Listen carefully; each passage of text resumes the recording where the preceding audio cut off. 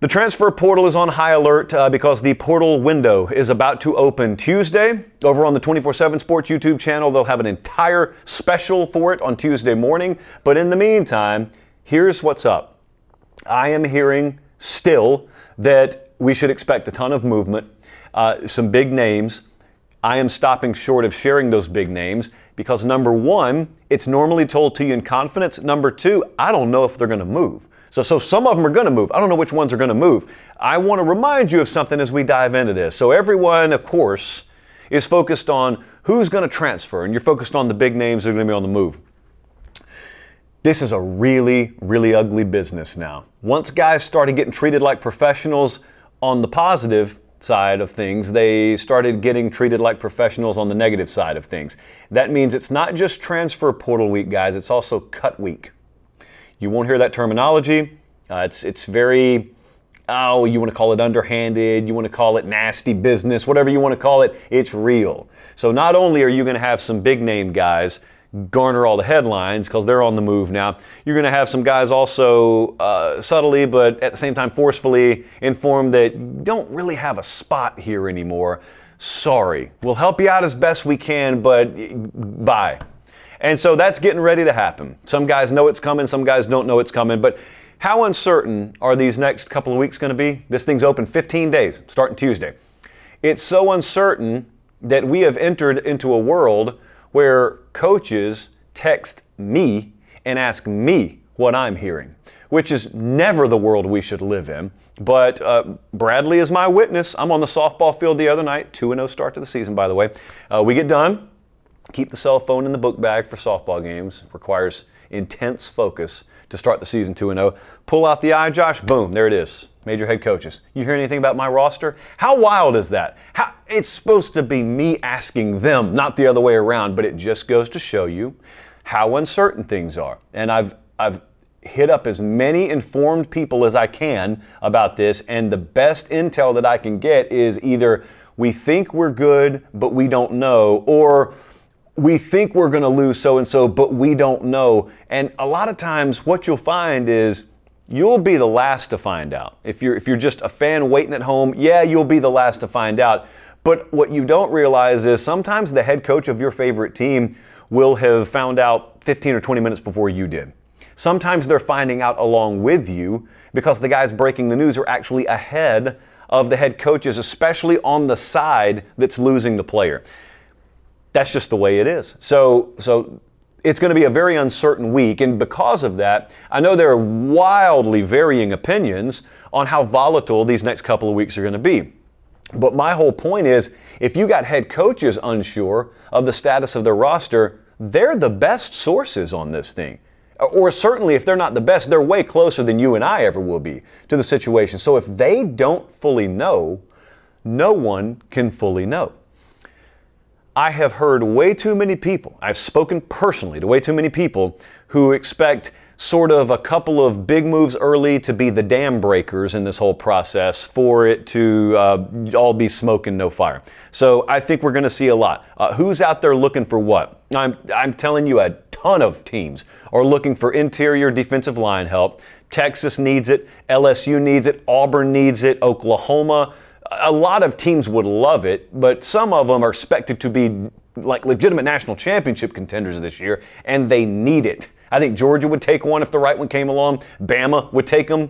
I think Bama will probably be in the market for one. Speaking of them, specifically, I've referenced Bama a couple of times over the past couple of months because they're the ones who were in the weird situation back in January. Alabama's the team that had their head coach change in January, so then their roster is open for 30 days and any of them can leave, but Bama can't go take any kids, and they just have to sit there and watch, and it frankly wasn't nearly as bad as it could have been. But you do lose, like that kid right there, the Caleb Downses of the world. You watch him walk out the door and you can't go backfill until now. Bama can go backfill now. So teams like Alabama, they get to go hunting now. The difference is Bama can't take any SEC kids because the SEC has a self-imposed rule that I need to remind you guys of. You can't have SEC on SEC crime here in the second portal window because the SEC says so.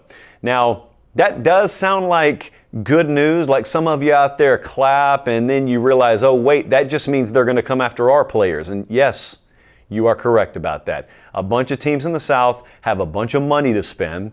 They're about to free up some more of it. Call it clearing up cap space if you want to. And they're going to have needs, and they can't take from each other. So guess who that leaves? Yeah, that leaves you. Miami's going to be a huge mover here. There is no way around that. Miami's going to be a really, really big mover.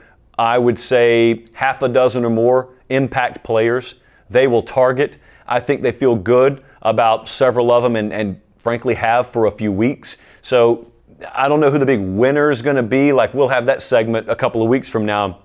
I'd be very surprised if we weren't talking about the Miami Hurricanes as having fundamentally altered their starting 22, or at the very least, the depth at a couple of key positions relative to what they are right now as they just wrapped up spring play.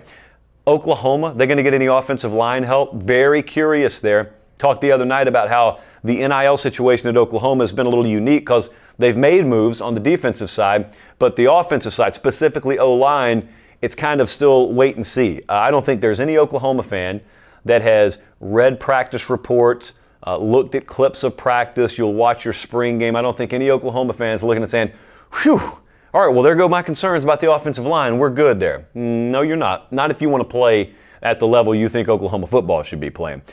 Remember the new staffs. Now, Oklahoma doesn't have a new staff, but like Mississippi State, Jeff Lebby comes in there. They got a brand new staff. They've had spring to evaluate the roster. Now they get to go out there and try and make some noise. The other MSU, Michigan State, Jonathan Smith, commented a couple of weeks ago on them about how I thought they walked in the door and maybe the whole process of building that NIL structure was a little overwhelming. Still a work in progress there, but they're probably going to be active here. How active remains to be seen. Washington, brand new staff up there. Lost 21 of 22 starters from last team. Jed Fish didn't get his biggest playmakers to follow him when he went there from Arizona. Washington could be a player here. Colorado with Deion Sanders, it would be foolish to rule them out. And I'll also tell you another one, and they've already been active, but could still be more active, and that's Lane Kiffin and Ole Miss. If we want to look at them, and I do, as a window team and a window program, meaning they're not going to consistently look like they do right now every year, well, that's just all the more incentive to go all in on this year.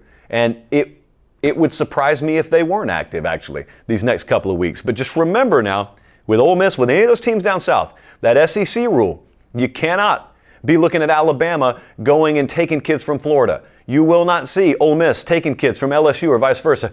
What you could see is Ole Miss taking kids from Utah, and I just made up randomly those two, so don't read anything into that.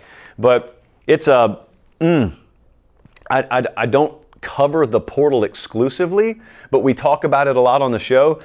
I just cannot tell you in strong enough terms how nervous a lot of staffs are right now. And it's so different than the way it used to be. It used to be you wrap up camp, spring, and then you can start to really dive in, especially if you got like a new coordinator on campus or whatnot. You can dive into the nuts and bolts of install, and you can go on the road and you can visit with some staffs if you want to. You got the camp circuit coming up in June, and that's a grinder in its own right. And July is now one of, if not the biggest recruiting months of the year, wrapping it up in July. But man, now you got that second portal window, and you don't have any recourse. If you get victimized, you don't have any recourse. I mean, consider the prospect of having dedicated 90% of your reps at tight end to a couple of guys, and then both of them just leave because they get bought by big-time SEC or Big Ten schools. What do you do? Like, those were highly functional parts of your scheme and your entire offense, and now they're just gone, and you got a freshman there with 14 career snaps under his belt. Your team just got fundamentally altered. You have no recourse. There's nothing you can do. There is no summer portal window. So everybody's worried about that. And that's just the reality of college football now. So I know I have some people watching. I know I'll have some people in the comment section. I actually had one the other day said, it's about time these multimillionaires had something to worry about. Sir, The wide receivers coach at Miami of Ohio may be many things, but a multimillionaire is not one of them. So we are not talking about the tippy top of the pyramid exclusively here. We're talking about the base of it, and the base of it is full of a lot of folks who may be doing a really good job of eval and development, and may have worked their roster up 2 or 3 years to where they've got guys ready to contribute, only to watch a random ACC program with needs and money come and grab them at the 11th hour. If you can get the credits to transfer, which in and of itself is a really interesting conversation. I was at a place recently where there were basketball transfers happening. And you may think to yourself, oh, once you've got several years under your belt, well, then it gets easier to transfer. No, it gets harder to transfer because you got a place out there and a kid's been playing 3 or 4 years there, and then all of a sudden they want to transfer to Pate State. Well, I've got to take his credits. And look, we're prestigious. We care about the classroom at Pate State. I'm not just going to slap that sticker on your degree and hand it to you when 95% of your course load has come from who in the world knows, like Brandon Walker Community College. Absolutely not. So sometimes it's harder to get that transfer approved, not because you're not athletically skilled enough, but because you may have sketch-affily worked your way to where you are academically. Nonetheless, I do have to say this before we move on. The transfer portal, no one's immune to portal rumors. I'm not immune to portal rumors. As you know, this time of year, I'm on the road a lot, which means we drive a lot. I got about a 6-hour drive ahead of me tomorrow to go to a place that I'm about to reveal momentarily. So, Buc-ee's is a big deal in the South. Buc-ee's is not a gas station, it's more an experience. And no one who's been to Buc-ee's has ever called Buc-ee's overrated. It's just the folks who have driven by it, and frankly, some of you are intimidated by 120 gas pumps. You can see those places from space. The one in Athens, Alabama, and Calhoun, Georgia, I frequent constantly. Here's the problem. I don't have a personal relationship with Buc-ee's outside of my fascination and brand loyalty. I've done a lot for Buc-ee's. Buc-ee's has never done for me. As you also know, I've been in a bit of a social media war with Quick Trip. I didn't instigate it, but I'm certainly not going to sit there and just take shot after shot from whichever 22-year-old intern is running the social accounts for Quick Trip. Well, here's the thing about Quick Trip. They know that deep down, every man can be bought. Meemaw said it first. Quick Trip must have heard her, because the other day, Quick Trip came to me on the socials, mind you. I made a comment about the transfer portal, and Quick Trip looked at it and said, there's our shot. And they said, has Buc-ee's ever officially invited you anywhere? This is my open invitation for Pate State to visit anytime. And I'm at a crossroads. On one hand, I've been very loyal to Buc-ee's. On the other hand, I've got an offer from Quick Trip. So while everyone else is worried about their offensive tackle situation and whether they have enough interior defensive line depth this week, I'm going to be on the road a great deal. I'm going to have to fill my tank up several times. I'm going to have to fill my tummy up several times. Let's just be real. I'm a person with needs as well, nutritionally. And I'm not so sure that maybe Buc-ee's is the answer for me anymore. Maybe, just maybe, after I talk it over with my family, maybe Quick Trip is the place that feels most like home to me. I don't know, guys. I'm very conflicted about it. But anyway, transfer portal, going to be crazy this week. My personal life, my travels will be crazy this week. At Late Kick Josh, I guarantee you traction on both of those fronts this week.